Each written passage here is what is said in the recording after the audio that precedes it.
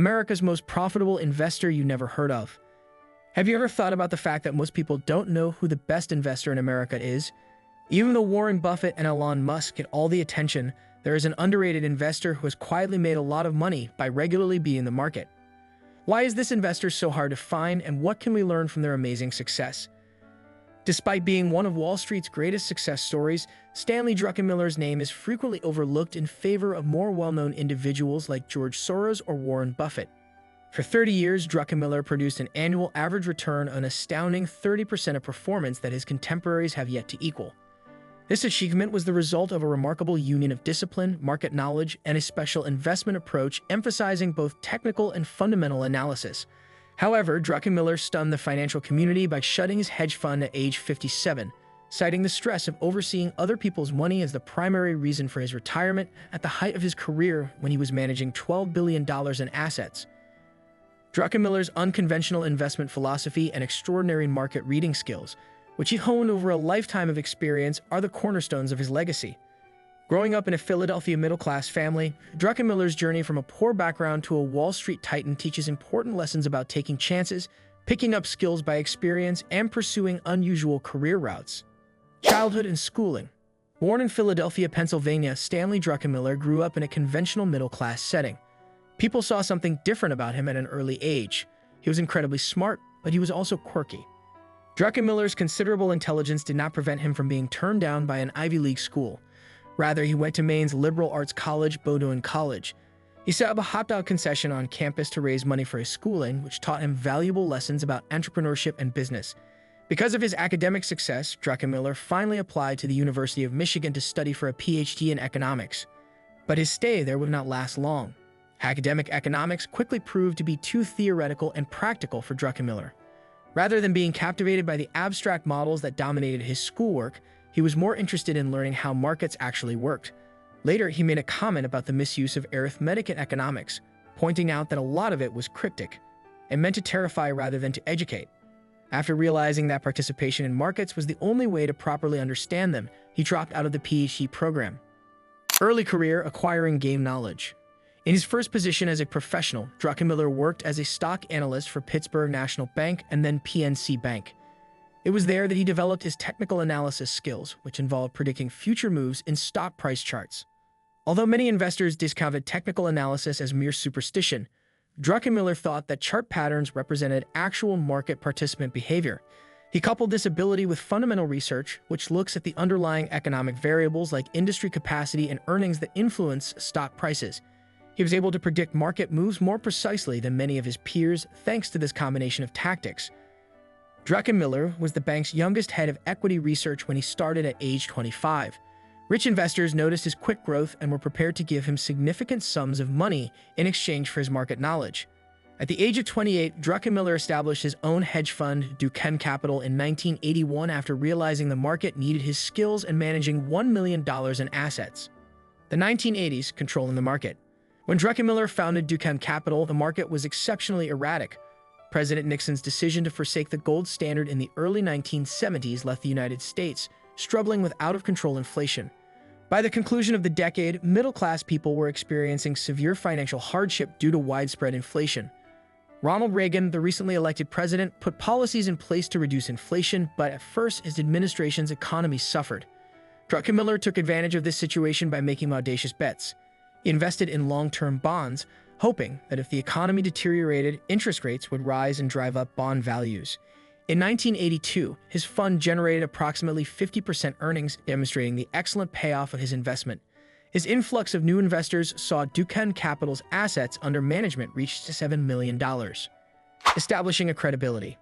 Even with his initial success, Druckenmiller had difficulties. He had to sell off a chunk of his management company in order to pay for overhead when one of his big consulting clients filed for bankruptcy. But this was just a short-term setback. He had grown his fund to $40 million by the next year. As Druckenmiller's stature as a market guru grew, he attracted the interest of Jack Dreyfus, one of the industry pioneers and founder of Dreyfus Funds, in 1985. In order to stay competitive in the mutual fund industry, Dreyfus needed a new creative manager to oversee his funds. Although Druckenmiller was the ideal candidate, he was hesitant to give up his lucrative position at his own hedge fund. Dreyfus eventually persuaded Druckenmiller to come on board by giving him unheard of flexibility to oversee several funds. His performance was exceptional in every way. By the end of 1986, Druckenmiller had made all of the funds under his management become top performers, generating at least 40% in returns for each fund. Cyber Monday and upward. During the dramatic Black Monday market crisis in 1987, Druckenmiller had a pivotal moment in his career. Like many other investors, Druckenmiller thought the stock market was overpriced and in need of a correction in the weeks preceding the crash. He went all in nevertheless, believing the market would keep rising, having initially misinterpreted the technical indications. Fortunately, Druckenmiller was persuaded to alter his opinion after speaking with renowned investor George Soros. By the end of the year, Druckenmiller had made a profit after suffering only minor losses during the October 19 market collapse. His friendship with Soros was solidified by this incident, as Soros would subsequently choose Druckenmiller to oversee his renowned quantum fund. One of the most fruitful collaborations in financial history turned out to be the one between Druckenmiller and Soros. Breach of the Bank of England. During the British pound crisis in 1992, Druckenmiller made what is arguably his most well-known trade. Because Britain was a part of the European Exchange Rate Mechanism, ERM, which tied the pound to the German Deutsche Mark, Soros and Druckenmiller saw that the pound was overpriced.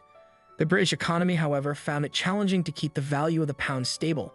Taking advantage of the situation, Druckenmiller went long on the Deutsche Mark and shorted the pound. Known for pushing Druckenmiller to go for the jugular, Soros convinced them to stake the whole quantum fund on the transaction. The quantum fund made $1 billion from the move, dubbed Black Wednesday, and Druckenmiller gained notoriety as one of history's greatest traders. This one transaction showed the enormous influence hedge funds might have over national currencies, which was a game-changer for global finance as well as Druckenmiller's career. The retirement and tech bubble. Druckenmiller kept providing the quantum fund with exceptional returns as the 1990s went on. However, the emergence of the dot-com bubble in the late 1990s presented further difficulties. Although Druckenmiller first benefited from the IT boom, he grew more cautious due to the unreasonable exuberance of the market. He sold off his IT holdings in 1999, but all the while he observed his colleagues profiting from the bubble. Druckenmiller gave in to pressure, returned to the market at the height of the boom, and sustained large losses when the bubble burst in 2000. This was Druckenmiller's pivotal moment. Despite his ability to bounce back from the setbacks, he made the decision to exit the quantum fund and concentrate on handling his own finances via Duquesne Capital. He produced positive returns for the next 10 years, even with the 2008 financial crisis. But in 2010, Druckenmiller made the decision to close Duquesne Capital, primarily due to the stress of overseeing other people's finances. Legacy. Stanley Druckenmiller's aura is further enhanced by his decision to retire at the height of his career. Over the course of a 30-year career, he was able to produce returns that were unmatched by the market, continuously exceeding it and eschewing the big mistakes that betrayed other investors. Few people could time the market as well as he could because of his ability to blend technical analysis with a thorough comprehension of the underlying principles of the market. More significantly, Druckenmiller's career serves as an example of the value of self-control, flexibility, and humility in the face of constantly shifting market conditions. Even though Druckenmiller isn't as well known as some of his peers, his impact on the financial industry is indisputable. His experience serves as a reminder that being successful in the markets takes more than just intelligence. It also takes guts to take calculated chances, discernment to own your mistakes, and self-control to uphold your moral values. Don't miss out on more insightful content. If you found this video interesting, make sure to hit that subscribe button and turn on notifications so you can stay updated with our latest explorations into the world of finance and investing.